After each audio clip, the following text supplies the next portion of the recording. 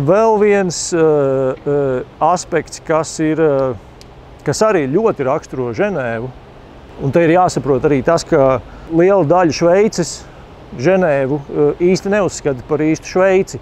Tā iemesla dēļ, ka Ženēva ir tik ļoti starptautiska pilsēta. Ženēvā ir ANO mītne, Ženēvā ir ļoti daudzas no ANO aģentūrām un ar ANO saistītām organizācijām, kā Pasaules veselības organizācija, bēgļu aģentūra, Sarkanais krusts un tam līdzīgi.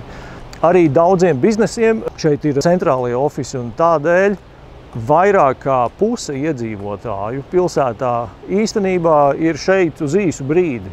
Tie ir cilvēki, kas šeit atbrauc no dažādām pasaules malām un pavada šeit kādu konkrētu laiku, strādājot vai nu kādā no starptautiskajām organizācijām, vai NVO, vai dažādu valstu misijām, vai kādā no biznesa kompānijām. Un tāpēc pastāv diezgan liela mainība iedzīvotāju ziņā pilsētā.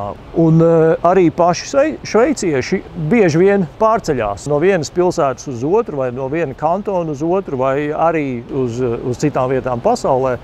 Un tāpēc cilvēki, manuprāt, vairāk novērtē to mobilitāti, ko tu iegūsti, ja tu vari īrēt un ja tu neesi piesaistīts uz 20, 30 gadiem uz priekšu, ar kredītsaistībām vienam konkrētam īpašumam.